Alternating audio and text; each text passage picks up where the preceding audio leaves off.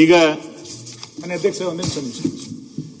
ಮಾನ್ಯ ವಸತಿ ಸಚಿವರಾದಂಥ ಜಮೀರ್ ಅಹಮದ್ ಅವರು ಒಂದು ಪತ್ರ ಬರೆದಿದ್ದಾರೆ. ನಾಳೆ ಸ್ವಾತಂತ್ರ್ಯ ದಿನಾಚರಣೆ ಕಾರ್ಯಕ್ರಮಕ್ಕೆ ನನಗೆ ಹೋಗ್ಲಿಕ್ಕಾಗಲ್ಲ, ನಾನು ಆ ಕಾರ್ಯಕ್ರಮದಲ್ಲಿ ಭಾಗವಹಿಸ್ಲಿಕ್ಕಾಗಲ್ಲ ಅಂತ ಒಬ್ಬ ಸಚಿವ ಪತ್ರ ಕೊಟ್ರೆ, ರಾಷ್ಟ್ರೀಯ ದಿನಾಚರಣೆಗೆ ಎಷ್ಟು ದೊಡ್ಡ ಪ್ರಮಾಣದ ಮಹತ್ವ ಕೊಟ್ಟಿದೆ ಅಂತ ಗೊತ್ತಿದೆ. ನನಗೆ ಸಮಯದ ಅವಕಾಶ ಇಲ್ಲ, ರಾಷ್ಟ್ರೀಯ ದಿನಕ್ಕೆ ನಾನು ಬರ್ಲಿಕ್ಕಾಗಲ್ಲ ಅಂತ ಒಬ್ಬ ಸಚಿವ ಹೇಳಿದ್ರೆ ಅಂತ ಸಚಿವನ ಯಾಕೆ ಇಟ್ಕೋತೀರಿ? ಮತ್ತೆ ರಾಷ್ಟ್ರಧ್ವಜವನ್ನು ಆರಿಸ್ಲಿಕ್ಕೆ ಆಗದಷ್ಟು ದೊಡ್ಡ ವ್ಯಕ್ತಿತ್ವ ಯಾರ್ದಾಗಾರೆ? ಒಬ್ಬ ಸಚಿವ ಈ ರೀತಿ ಪತ್ರವನ್ನ ಕೊಟ್ಟಿದ್ದನ್ನ ಸರ್ಕಾರ ಅಕ್ಸೆಪ್ಟ್ ಮಾಡ್ಕೊಳ್ಳುತ್ತೆ ಅಂತಂದ್ರೆ, ನಾಳೆ ರಾಷ್ಟ್ರಧ್ವಜ ಸ್ವಾತಂತ್ರ್ಯೋತ್ಸವ ಆಚರಣೆ ಯಾರಿಗೋಸ್ಕರ? ಬಹಳ ದೊಡ್ಡ ದೊಡ್ಡ ಸ್ವಾತಂತ್ರ್ಯ ಆಚರಣೆಯನ್ನು ಮಾಡ್ತಾ ಒಬ್ಬ ಸಚಿವ ಪತ್ರವನ್ನು ಅಧಿಕೃತವಾಗಿ ಕೊಟ್ಟಿದ್ದಾರೆ, ನಾನು ಹೋಗಲ್ಲ, ನನಗೆ ಸಮಯದ ಅವಕಾಶ ಇಲ್ಲ ಅಂತ. ಅದನ್ನು ಮುಖ್ಯಮಂತ್ರಿಗಳು ಒಪ್ಕೊಳ್ತಾರೆ, ಬದಲಾಯಿಸ್ತಾರೆ ಅಂತಂದ್ರೆ ಏನ್ ರಾಷ್ಟ್ರೀಯ ಧ್ವಜಕ್ಕೆ, ರಾಷ್ಟ್ರೀಯ ಆಚರಣೆ ಗೌರವ ಇಲ್ಲೇನೋ?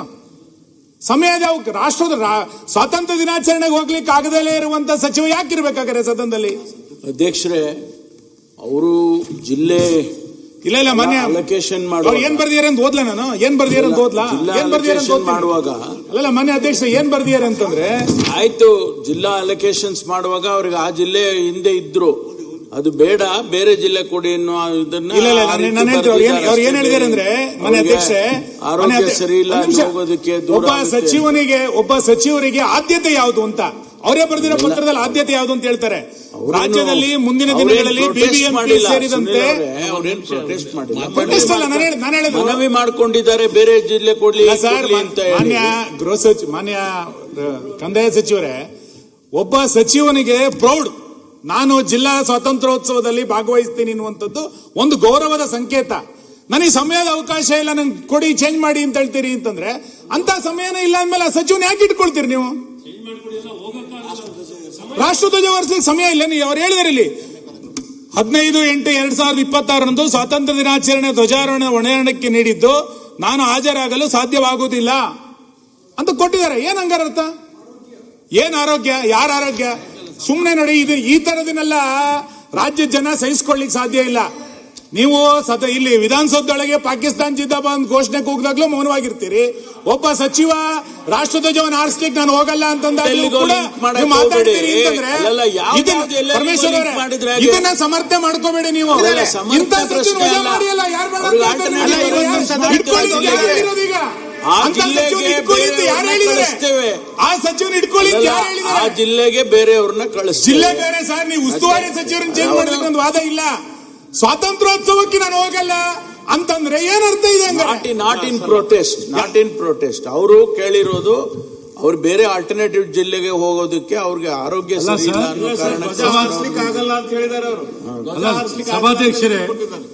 ಸಭಾಧ್ಯಕ್ಷರೇ, ಒಬ್ಬ ಸಚಿವರಾಗಿರೋರು, ಸಚಿವ ಸ್ಥಾನ ತಗೊಂಡಿರುವಂತವ್ರು ಒಂದು ಜಿಲ್ಲಾ ಉಸ್ತುವಾರಿ ಸಚಿವರನ್ನಾಗಿ ಅವ್ರು ಮಾಡಿದಾಗ ಸ್ವಾತಂತ್ರ್ಯ ದಿನದ ಅಂಗವಾಗಿ ಧ್ವಜಾರೋಹಣ ಮಾಡ್ಲಿಕ್ಕೆ ಅವ್ರಿಗೆ ಸಮಯ ಇಲ್ಲ ಅಂತಂದ್ರೆ, ಇದು ಯಾವ ರೀತಿ ನಡವಳಿಕೆ? ನೀವೇ ಸಮರ್ಥಿಸ್ಕೊಳಕ್ಕಾಗತ್ತಾ?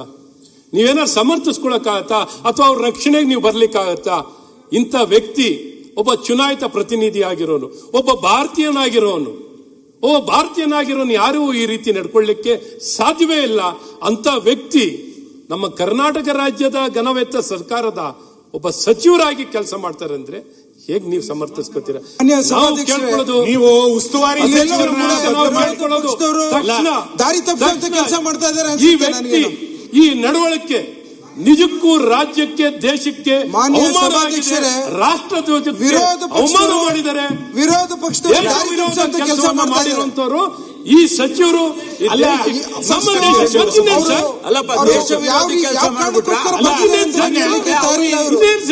ಅವ್ರಿಗೆ ಏನೇ ಕೋಪ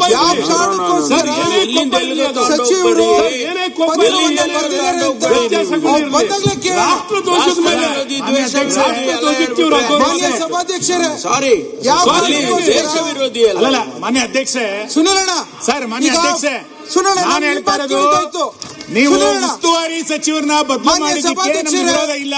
ನಿಮ್ಮ ಆಂತರಿಕ ವ್ಯವಸ್ಥೆ ಏನಾದ್ರು ಮಾಡ್ಕೊಳ್ಳಿ. ಒಬ್ಬ ಸಚಿವ ಸ್ವಾತಂತ್ರ್ಯೋತ್ಸವ ಹೇಳ್ತಾನೆ ಅಂತಂದ್ರೆ ಅಂತ ಸಚಿವ ಏನಕ್ಕೆ ಬೇಕು ಕರ್ನಾಟಕದಲ್ಲಿ? ಉದ್ದೇಶದಲ್ಲಿ ರಾಷ್ಟ್ರಧ್ವಜವನ್ನು ಹಾರಿಸಲಿಕ್ಕೆ ಸಮಯ ಇಲ್ಲ ಅನ್ನುವಂತ ಸಚಿವರು ಜಮೀರ್ ಅಹಮದ್ ಅವರು ಬಂದ ನಂತರ ದೇಶಕ್ಕೂ ಬೇಕು ಮಾಡಿ ಮಾನ್ಯ ಅಧ್ಯಕ್ಷ. ಇಂಥದನ್ನ ಕರ್ನಾಟಕದಲ್ಲಿ ಸಹಿಸಿಕೊಳ್ಳಿಕ್ ಸಾಧ್ಯ ಇಲ್ಲ. ಈ ಪತ್ರನ ಸಮರ್ಥನೆ ಮಾಡ್ಕೊಳ್ತೀರಿ ಮುಖ್ಯಮಂತ್ರಿ,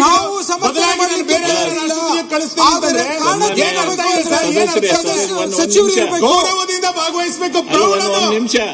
ಮಾನ್ಯ ಸಭಾಧ್ಯಕ್ಷ, ಇವತ್ತು ರಾಷ್ಟ್ರಧ್ವಜ ಅಂತ ಹೇಳ್ತಾರೆ, ನಾಳೆ ಸಂವಿಧಾನಕ್ಕೆ ಕಿಮ್ಮತ್ತಿಲ್ಲ, ಇಲ್ಲಿ ಕುರಾನ್ ತೊಂಬರಿ ಅಂತ ಹೇಳ್ತಾರೆ. ನೀವು ಕೇಳ್ತೀರಿ? ನೀವು ನಿಮ್ಮ ಆಕ್ಷೇಪಣೆಗಳನ್ನ ನೀವೇನ್ ಕೇಳಿದ್ ತಪ್ಪನ್ನಂಗಿಲ್ಲ ನಾನು, ಆದ್ರೆ ಪ್ರಾರಂಭದಲ್ಲಿ ಒಂದು ನೋಟಿಸ್ ಆದ್ರೂ ಕೊಡ್ಬೇಕಾಗಿತ್ತು.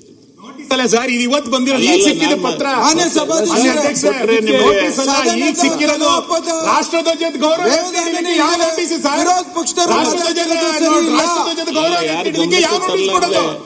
ಅದಕ್ಕೆ ನೋಟಿಸ್ ಇಲ್ಲ. ರಾಷ್ಟ್ರಧ್ವಜಕ್ಕಿಂತ ಮೇಲೆ ನೋಟಿಸ್ ಇದೆಯಾ? ಅಲ್ಲ ಸರ್, ಇಡೀ ರಾಷ್ಟ್ರಧ್ವಜಕ್ಕೆ ಅಥವಾ ದೇಶಕ್ಕೆ ಮಾಡ್ತಿರೋಂತ ಅವಮಾನ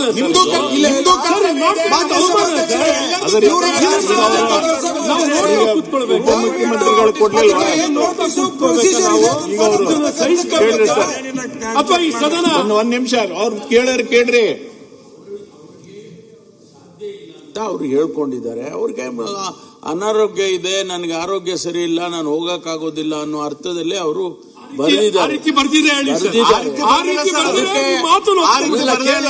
ಅದಕ್ಕೆ ಮುಖ್ಯಮಂತ್ರಿಗಳು ಆಲ್ಟರ್ನೇಟಿವ್ ಅರೇಂಜ್ಮೆಂಟ್ಸ್ ಮಾಡ್ತೀವಿ,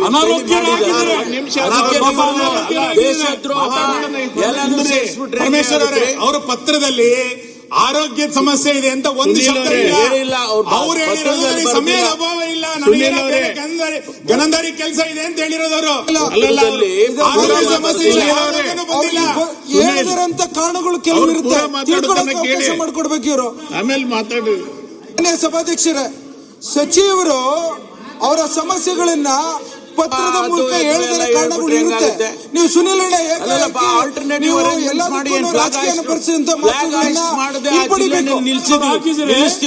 ಸರ್ ಆಗಿದ್ರೆ ಅವ್ರ ಕಷ್ಟ ಅವ್ರು ಹೇಳ್ಕೊಂಡಿದ್ದಾರೆ, ಬೇರೆ ಆಲ್ಟರ್ನೇಟಿವ್ ಅರೇಂಜ್ಮೆಂಟ್ ಮಾಡಿ. ಸ್ವಾತಂತ್ರ್ಯ ದಿನಾಚರಣೆ ಮಾಡ್ತಿರ್ಬೇಕಾದ್ರೆ ಅನಾರೋಗ್ಯರಾಗಿದ್ರೆ ಪೂರ ಕೇಳ್ರಿ ಡಾಕ್ಟರ್. ಅನಾರೋಗ್ಯವಾಗಿದ್ರೆ ಸರ್,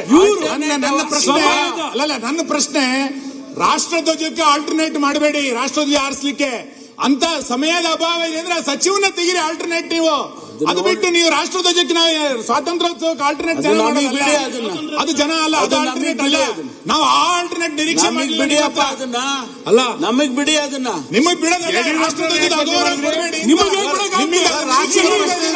ಇಡೀ ನಮ್ಮ ನಿಮ್ ಸರ್ಕಾರ ಯಾವ್ದು ಜವಾಬ್ದಾರಿ ಅಂತ ಹೇಳಿ, ಯಾವುದಕ್ಕೆ ಗೌರವ ಕೊಡುತ್ತೆ ಅಂತ ಹೇಳಿ. ಈ ರೀತಿ ಸಭಾಧ್ಯಕ್ಷರೇ, ಸ್ವಾತಂತ್ರ್ಯ ದಿನಾಚರಣೆಯನ್ನ ಈ ಕಾಂಗ್ರೆಸ್ ಸರ್ಕಾರದಲ್ಲಿ ಇದೇ ರೀತಿ ಆಚರಣೆ ಮಾಡೋದು, ರಾಷ್ಟ್ರಕ್ಕೆ ಗೌರವ ಈ ರೀತಿ ಈ ಕಾಂಗ್ರೆಸ್ ಸರ್ಕಾರ ಆಚರಣೆ ಮಾಡುವಂತದ್ದು, ನಿಮ್ ಪಾರ್ಟಿ ಹುಬ್ಬಳ್ಳಿಯಲ್ಲಿ ರಾಷ್ಟ್ರಧ್ವಜ ಹಾರಿಸ್ಲಿಕ್ಕೆ ಬಿಡ್ಲಿಲ್ಲ. ನಿಮ್ ಪಾರ್ಟಿ ಗೌರವ ನಿಮ್ಮಿಂದ ಕಲಿಬೇಕಾ? ನಮ್ಮಿಂದ ಏನ್ ಕಲಿಬೇಕಾಗಿಲ್ಲ, ನಮ್ಮಿಂದ ಏನು ಕಲಿಯಬೇಕಾಗಿಲ್ಲ. ನಾವು ನಿಮ್ಮ ಜವಾಬ್ದಾರಿ ಹೇಳಿ, ಈಗ ನಿಮ್ಮ ಜವಾಬ್ದಾರಿ ಹೇಳಿ. ನಿಮಗೆ ನೀವು ಕಳಿಸೋದಕ್ಕೆ ಎಲ್ಲ ಇಷ್ಟು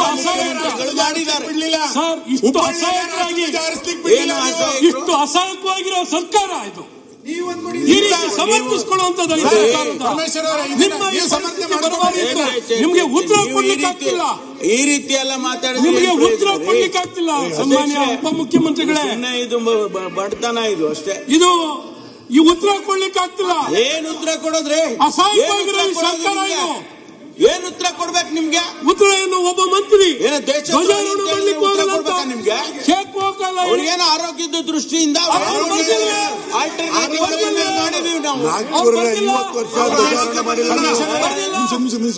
ಸರ್, ಪರಮೇಶ್ವರ್ ಅವರೇ, ಈ ಪತ್ರದಲ್ಲಿ ನೀವೇ ಒಂದು ಬರ್ಬಿಡಿ ಆರೋಗ್ಯ ಸಮಸ್ಯೆ ಇದೆ ಅಂತ.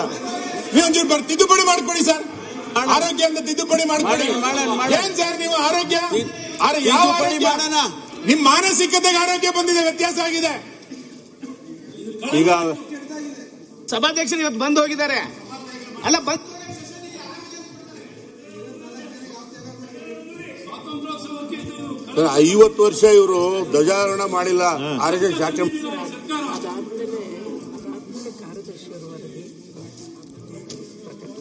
ಒಂದು